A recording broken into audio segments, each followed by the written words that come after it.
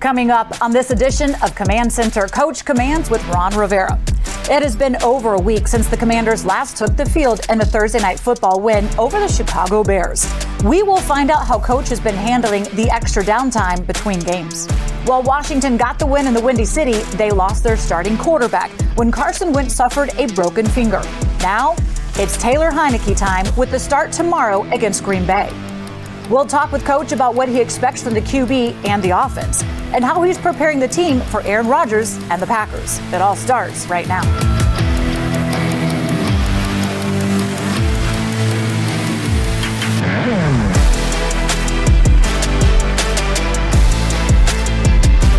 Get a great deal on a Honda certified pre-owned vehicle. Peace of mind with incredible benefits. Finding the Honda you really want just got easier with Honda certified pre-owned. Hurry, see your local Honda dealer today. And welcome on in, Julie Donaldson here with the head coach Ron Rivera, and of course Logan Paulsen is standing by, ready to go over some of the film. Very excited for this one, so we kind of can't wait to be able to see what he's going to be working on with Coach as we look ahead to Green Bay. Coach, let me start with your quarterback.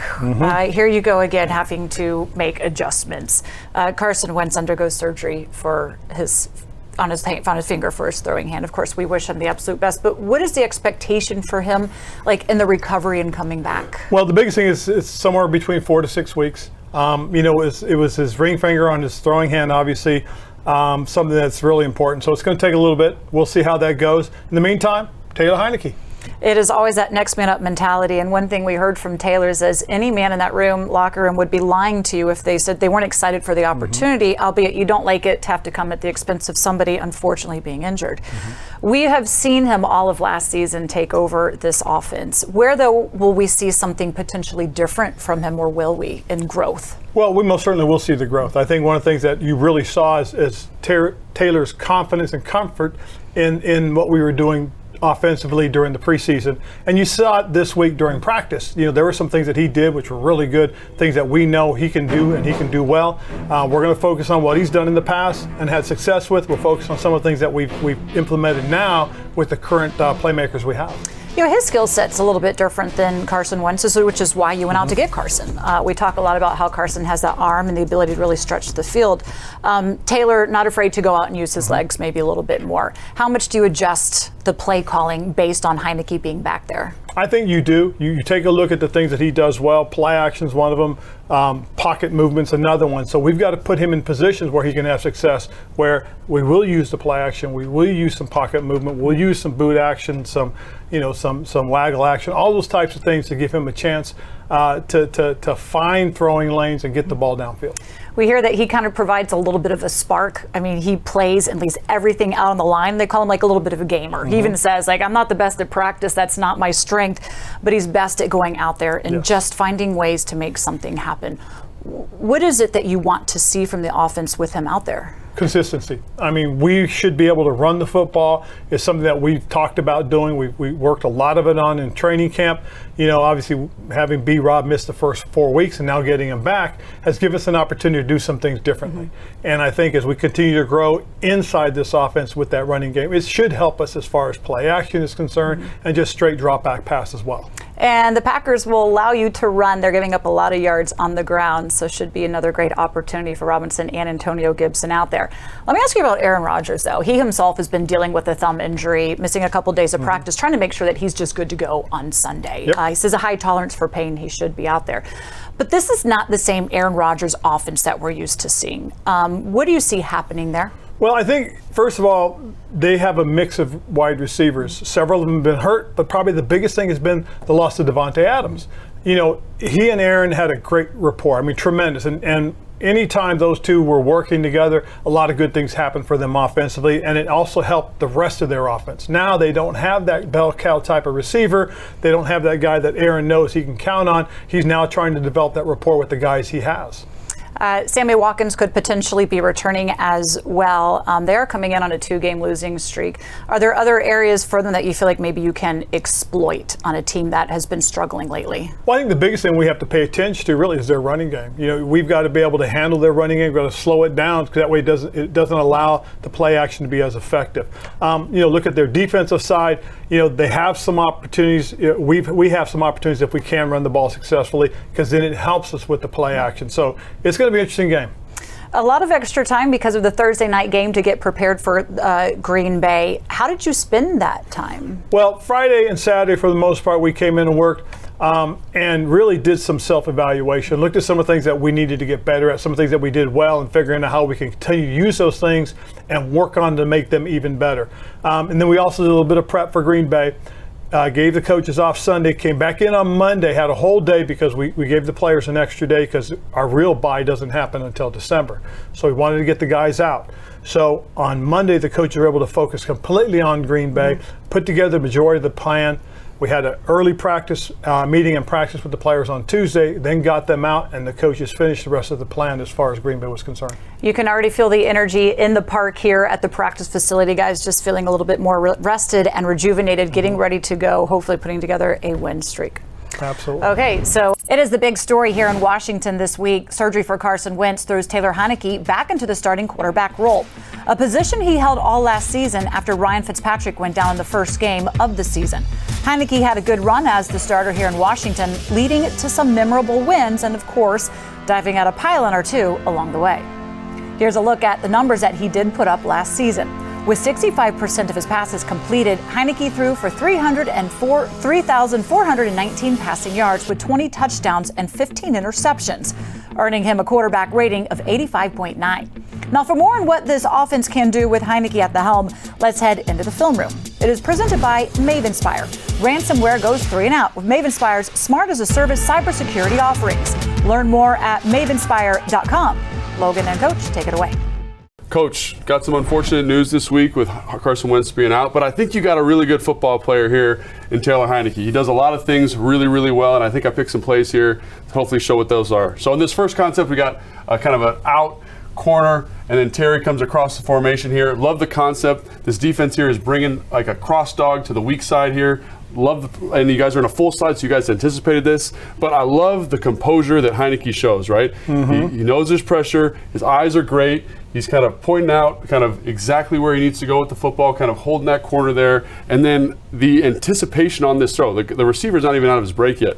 But seeing the grass up here, I think is pretty good by him. And I just love that he's got these clubs in the bag. Well, absolutely. And first and foremost thing that he does is he understands what coverage they're in right off the bat. He sees that this is a man pressure, so he knows that he's going to have to throw opposite the leverage.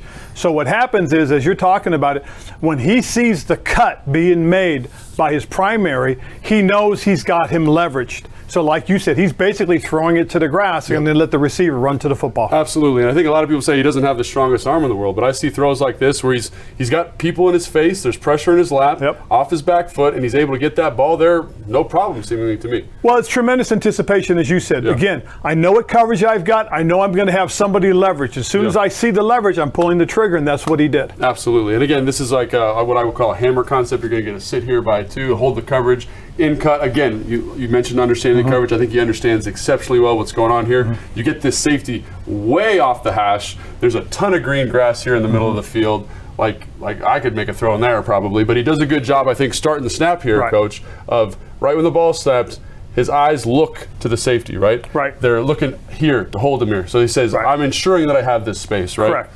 Well, the biggest thing he does is, as you said, again, he recognizes what the coverage is and then understands where his opportunity is. Sure. If I can freeze the safety, prevent him from working towards my primary, I can throw the dig, and that's exactly what happens. Comes out, freezes the safety, knows that he's got the dig coming in, and he's going to put the ball on the inside portion away from the leverage. Yeah, and I think that's great. And again, that's a guy who understands what your guys are trying to do offensively and puts you in a good spot, right? Well, that's the experience, having been in the system from the days that he was back in Minnesota to Carolina to now. He understands what he's looking for. Right, and how to manipulate the defenses that are trying to stop it, absolutely.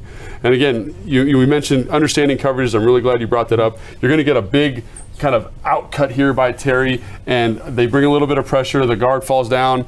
Not a great look for the offensive line, but I think we talk about the anticipation, right? Understanding where the ball needs to go. Right. And he's ready to throw right now. Terry's not even out of his break. The running back is falling on the ground here. Tough down right there for the running back, but he's able to get the ball out here. Again, what he has is he knows he's got a cover 3 that he's got to beat. So we're going to run the concept we're going to run is we're going to try and widen the backside, curl the flat defender, and then roll him and make him go vertical, which will open up the grass to the sideline. In other words, as Terry makes his break, all right, we run the outside third off, we run the wheel off, allowing Terry, again, an opportunity to make a play. Yeah, these guys are all matched up here, and you're ensuring that grass through scheme, and Taylor understands that. He understands the coverage, like you said. He understands how the concept's supposed to defeat it, and that allows him to make this kind of throw here. Absolutely, and again, just getting a good clean read, understanding what the concept is in terms of defense, and then knowing how we want to beat it. Absolutely, and I think the thing that everyone he's kind of most well known for is his athleticism. And there's not a lot of analysis here, Coach, because sometimes you just, what is it, the Jimmies and Joes got to make the plays, not the X's and O's, whatever that old saying is, and he makes plays. Just a playmaking Johnny, escapes the pocket, runs to his left, he's pointing, he's calling. When I saw this live, I thought there's no way you can make a play here. This is dead. But not for Taylor, because he's got that ability to make these kind of plays. Right. Well, again, one thing that he does, he understands where people need to be, knowing that when he scrambles, credit goes to John Bates, understanding I have to come to the quarterback. Don't stand there and wait for the ball. Come to the quarterback, and that's exactly what he did. Yeah, Coach, I'm really excited to see what he's going to do this weekend. Maybe adds a little bit of a spark, gets the guys playing a little bit harder. Really fun to watch this weekend against Green Bay. It should be. For everything you need to know about the team, do not miss our flagship show, Command Center. Join myself, former tight end and film room expert Logan Paulsen, and our wideout 8 to the 9, Santana Moss, every day for your Commander's Fix. Highlights, analysis, and inside access you will not get anywhere else. You can see every episode on our YouTube channel and on commanders.com. You can also check us out on NBC Sports Washington weekdays 5:30 and 10 p.m. Now don't go anywhere, because when we come back, Logan is heading into Coach's office to review some of the game tape of the Packers quarterback Aaron Rodgers and the Green Bay offense. What does Washington need to do to keep them in check? And a little later, well, we have more from Coach on how the Commanders are preparing for tomorrow's matchup with Green Bay. You are watching Command Center, Coach Commands with Ron Rivera, presented by your local Honda dealer.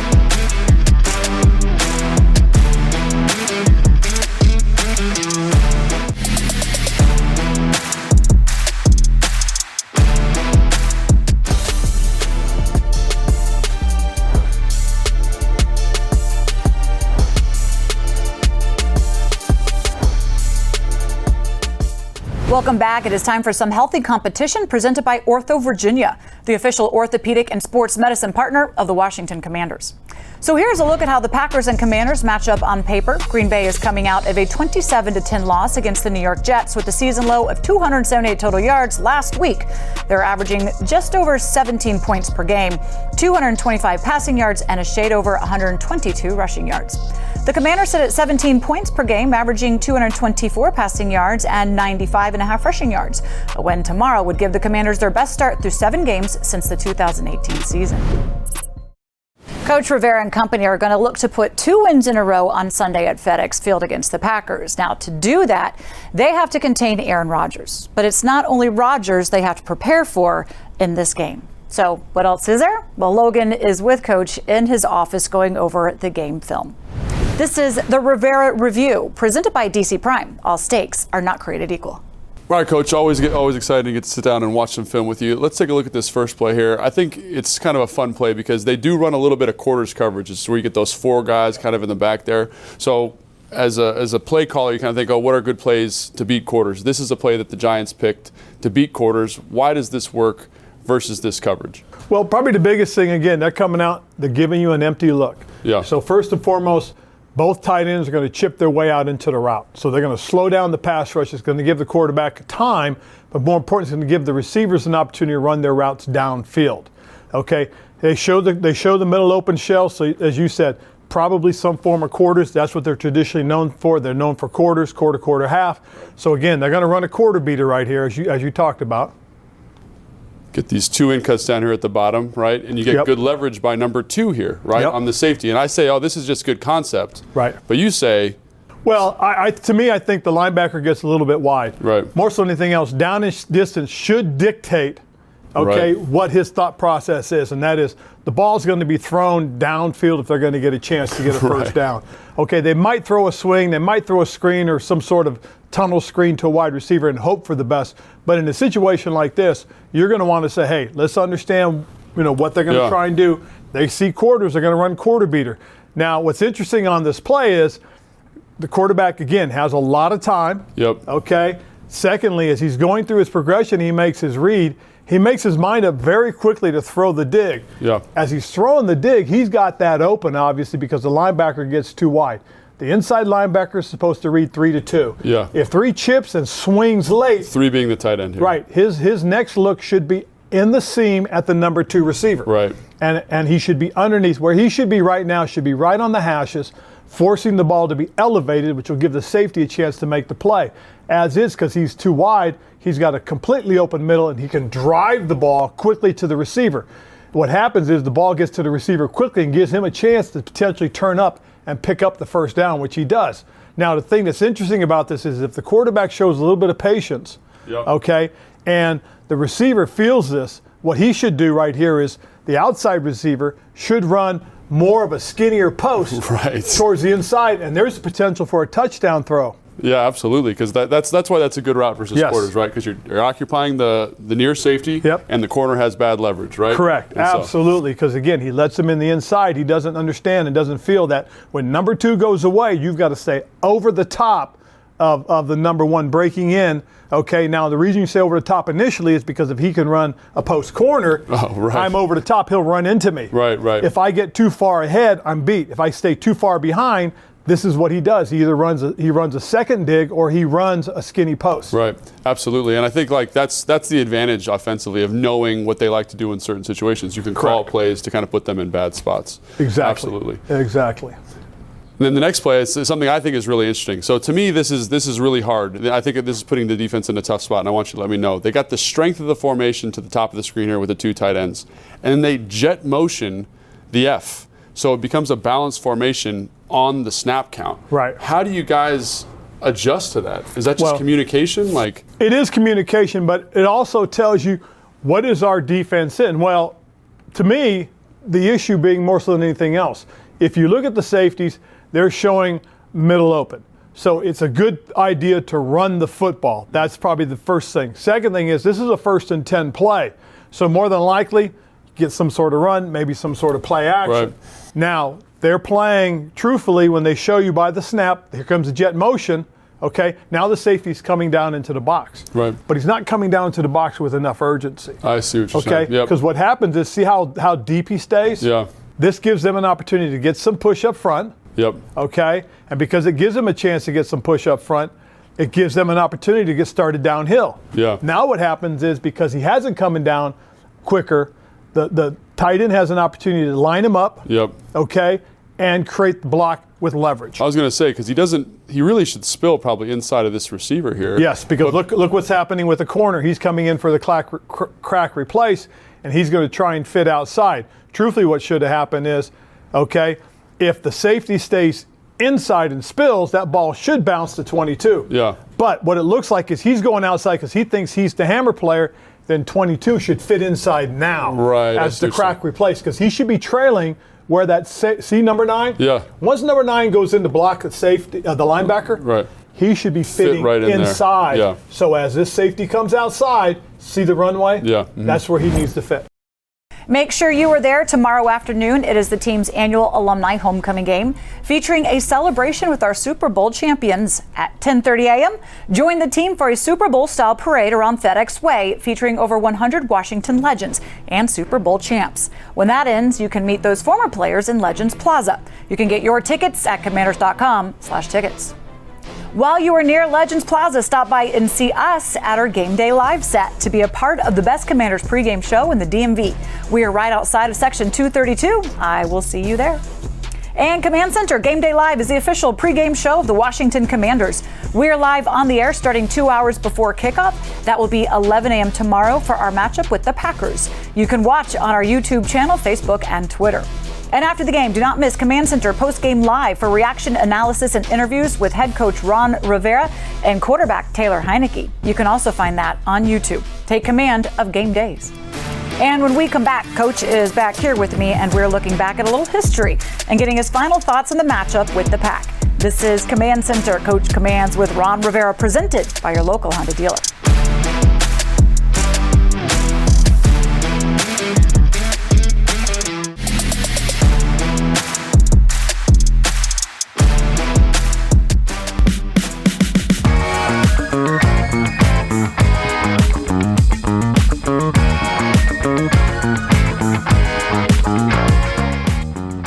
We are back, and you can still get your Command the Cure t-shirt to help the fight against breast cancer. They are $30 each, with all net proceeds going to help support breast cancer patients and research. Head to commanders.com/BCA shirt to get yours. It is now time for a winning legacy presented by the Maryland Lottery. Play fast, win fast with new Fast Play games from the Maryland Lottery. We go back to 2010, Washington hosting the eventual Super Bowl champion Green Bay Packers. Washington's second half comeback was sparked by quarterback Donovan McNabb, threw for 357 yards and a touchdown. Santana Moss had a game-high 118 yards, while defensively London Fletcher recorded 7 combined tackles and a half sack in Washington's 16-13 overtime win. You know, Coach, we see guys like Santana Moss and London Fletcher around here quite often, but of course they had such an impact on the game playing for Washington, and this is homecoming weekend. So we're going to have over 100 alumni, probably about 130 alumni coming back. What does that mean for this franchise and for the guys that get to come back and be together for the weekend? Well, first of all, for the guys coming back, any opportunity you get to spend some time with your guys, it's really cool. It really is, because you can relive some very fond memories. And they have a lot of fond memories, a lot of history because of, the Joe Gibbs era, winning 3 Super Bowls. And a lot of those guys will be back here. And it's one of the things that for our players, they get an opportunity to see what these guys are all about, see how they are together and what it means to be a championship team. That, to me, is important for us as a football team. When you played, did you ever have times where you guys would come back and you'd get to talk to maybe some of the legends or some guys that maybe you admired their game? And what kind of an impact does that have on a player? Well, I had an opportunity, back in the day to meet Dick Butkus. I was a linebacker. You meet one of your heroes and you just think, God, if I could be like that guy, half of that guy would be a tremendous career. And it was really kind of fortunate to be in that situation. And, and then having been part of the Super Bowl Bears and going to some of the reunions we had, some of the alumni weekends, that's really a cool thing because you do get to spend time with a lot of your buddies. You always want to win your homecoming game. What's the number one thing you want to see to try and give these guys a great experience in a W? On both sides, and including special teams, consistency. Go out and play consistent physical football. And that's one thing I know Taylor's also said in practice. He feels much more consistent than he was last year as well because he's got more reps. Yep. We'll see how it goes. We look forward to it. Hope everybody's out at homecoming next weekend or out at homecoming tomorrow. Thanks, Coach Rivera.